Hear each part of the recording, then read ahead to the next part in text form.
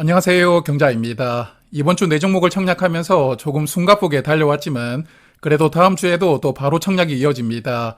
특히 오늘 말씀드리는 CMTX는 요즘에 시장을 주도하고 있는 반도체 관련 종목이더라고요. 인기가 아주 많을 것이라고 예상하는데 자, 그래서 이 종목은 어떤 조건으로 청약을 기다리고 있는지 오늘도 차근차근 살펴보겠습니다. 다음 주는 네 종목이 청약을 기다리고 있고 일반 공모주가 2개, 스펙이 2개 이렇게 총 4종목이 청약을 기다리고 있더라고요. 그리고 CMTX는 월요일과 화요일에 청약하고 목요일에 환불받는 일정입니다. 환불 기간이 이틀인 청약이고요. 비례 청약 기준으로 보면 화요일부터 청약하는 비츠로 넥스텍과 청약 일정이 겹쳐 있습니다. 그리고 상장일이 11월 20일 목요일이고요. 현재로서는 20일에 단독 상장하는 일정이기 때문에 상장 일정이 무난하게 잡혀 있거든요. 그리고 다음 주에 청약하는 비츠로 넥스텍은 21일에 상장할 예정인데 아직까지 확정은 아니니까요. 다음 주에 다시 한 번 더 체크를 해보고 말씀을 드리도록 하겠습니다. 자, 그러면 수요 예측입니다. 드디어 수요 예측 때부터 의무 확약이 70% 넘어가는 종목이 등장하기 시작하는데요. 약 2,400개 기관이 참여했으니까 국내 공모주 시장에 참여하는 기관은 거의 다 들어왔고요. 게다가 청약에 참여했던 기관의 71.8%는 상장일에 팔지 않을 테니까 물량을 제발 달라고 요청을 하면서 들어왔습니다. 그래서 최근에 9월 이후부터 의무 확약 신청이 전체적으로 확대가 되고 있는 추세이지만 CMTX처럼 수요 예측 때부터 70%가 넘어가는 종목은 이 종목이 처음이니까요. 기관 투자자들에게 정말로 좋은 결과를 받았다고 생각합니다. 그리고 의무 확약은 수량 기준으로 71.8% 신청이 들어왔고 건수 기준으로는 약 79% 신청이 들어왔습니다. 그래서 아마도 최종 배정에서는 90% 넘게 확약이 늘어날 것이라고 예상되는데 오늘 배정 결과를 발표했던 큐리오시스를 보니까 최종 확약이 98%까지 늘어났더라고요. 그래서 이제 점점 기관은 상장일에 팔지 못하는 상황이 펼쳐지고 있고 그러다 보니 요즘에 상장하는 종목들이 상장일에 좋은 시세를 보여주는 것이 아닌가 생각하고요. 그리고 확약을 보면 3개월과 6개월 확약이 비교적 신청이 많이 들어왔더라고요. 그래서 장기간 확약을 신청한 기관이 많았기 때문에 퀄리티 측면으로서도 아주 좋은 결과라고 생각합니다. 그래서 당연하게 이 종목도 공모가는 상단으로 결정이 되었고요. 상단 가격이 65,500원입니다. 그래서 이번 IPO에서는 605억 원을 모집하고 시가총액이 약 5,600억 원으로 상장하게 되었으니까요. 오늘 청약이 끝났던 핑크폰과 거의 비슷한 사이즈로 상장을 추진하는 종목입니다. 자, 그러면 이제 회사에 대해서 조금 파악을 해보겠습니다. 서두에서도 잠깐 말씀을 드렸지만 반도체 관련 종목이고요. 반도체를 만드는 공정 중에 식각 공정이라고 있는데 여기 아래 그림을 보시면 이해가 조금 더 쉬울 것 같은데 웨이퍼 위에다가 반도체 회로를 그리는 게 포토 공정이고요.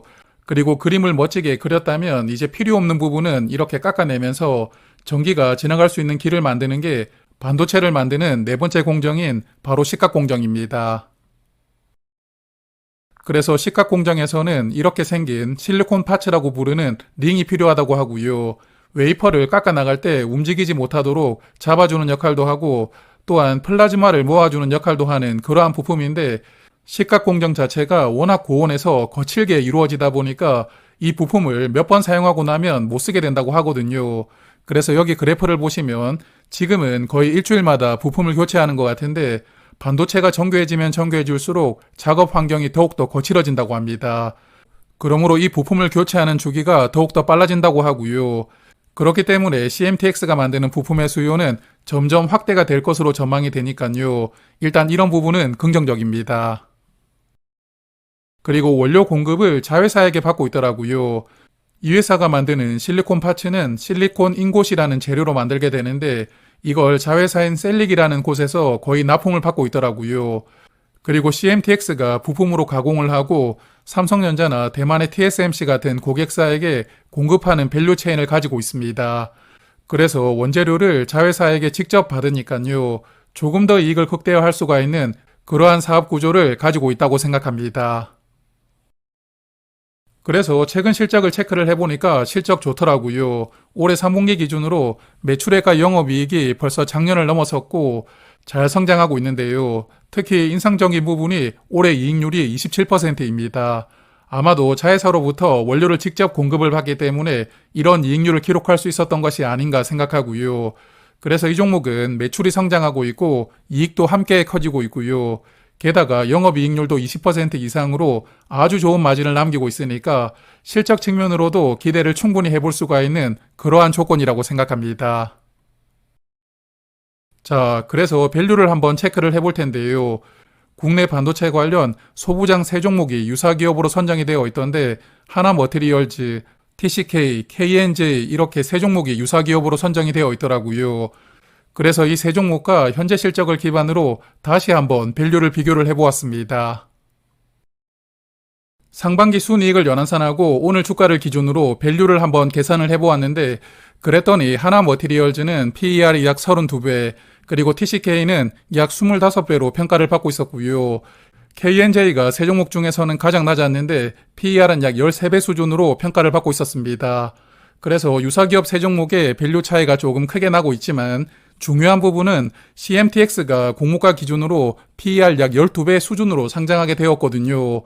그래서 유사기업 3종목보다 낮은 밸류로 공모가가 책정이 되어 있기 때문에 개인적으로 공모가는 합리적인 수준이라고 생각하고요. 그리고 상장일에 주가가 2배 정도 올라가면 PER이 25배 정도로 높아질 텐데 그래도 TCK와는 비슷한 밸류가 됩니다.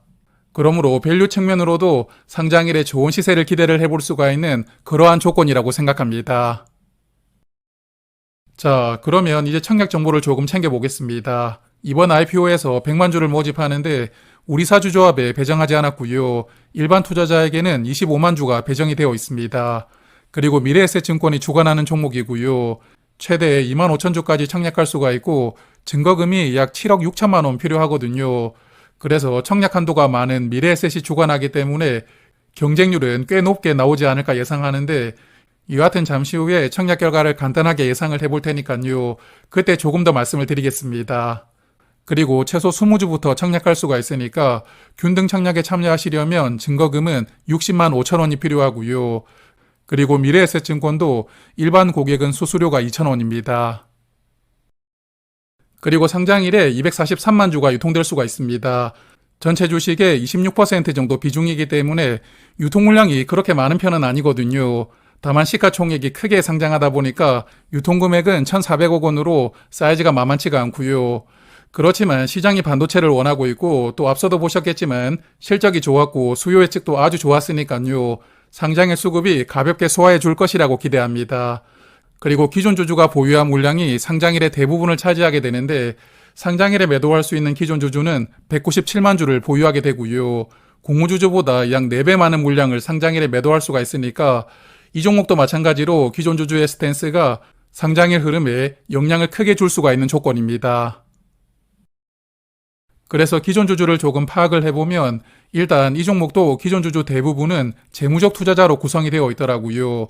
재무적 투자자가 182만 주를 보유하고 있고 개인 주주가 14만 주로 거의 대부분의 물량을 재무적 투자자가 보유하고 있는 상황입니다. 그래서 재무적 투자자들이 얼마의 취득을 했느냐가 조금 더 중요하다고 생각하고요. 일단 23년과 24년에 마지막으로 투자를 받았던데 여기 보시면 주당 26만 원으로 주식을 발행했다고 기재가 되어 있더라고요. 그렇지만 올해 여름에 무상증자를 하면서 주식 수가 10배 늘어났습니다. 그러므로 마지막으로 투자를 했던 주주들은 주당 2만 6천 원에 취득한 셈이고요. 당연히 더 일찍 투자를 했던 주주들은 더 낮은 가격으로 취득을 했을 테니까 이 종목은 기존 주주의 대부분이 공모가 절반 이하 가격으로 주식을 보유하고 있으리라고 예상하고요. 기존 주주가 보유한 물량이 상장일에 적극적으로 나올 수가 있는 환경입니다. 그리고 스톡옵션으로 상장일에 나올 수 있는 물량도 있더라고요. 화면에 표로 정리를 해두었는데 대략 12만 주는 의무 보유가 없으니까 바로 상장일에 행사가 될 수 있습니다. 그리고 행사 가격이 조금 충격적인데 500원부터 7,500원까지거든요. 아주 낮은 가격으로 행사할 수가 있으니까 당연하게 이 12만 주도 상장일에 나올 것이라고 예상합니다. 그래서 스톡옵션이 모두 행사하면 유통 물량이 1.3% 비중으로 늘어나게 되니까 스톡옵션이 그렇게 많은 것은 아니거든요. 그렇지만 물량이 추가될 수 있고 또한 이런 물량들이 흐름을 조금 툭툭 끊어 놓을 수가 있으니까요. 재무적 투자자가 기존 주주의 물량을 대부분 가지고 있으니까 흐름을 조금 잘 만들어주길 바라봅니다. 자, 그러면 정리를 해볼 텐데요. 오늘 이노테크가 결국 상한가에 들어갔습니다. 시초가부터 240% 넘어서 출발을 했고 장 초반에 바로 상한가 들어갔다가 풀렸다가 이걸 몇 번 반복했지만 결국 상한가 들어가더라고요. 그래서 지금 공모주 분위기가 절정으로 달려가고 있는데 일단 CMTX도 수요 예측 측면으로는 모자란 부분이 하나도 없으니까요. 이 분위기가 잘 이어진다면 이 종목도 상장일의 큰 시세를 기대를 해볼 수가 있다고 생각합니다.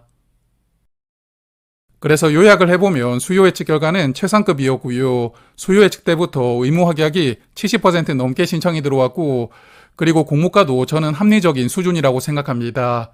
게다가 시장을 주도하고 있는 반도체 섹터라는 점도 충분히 기대 포인트라고 생각하고요.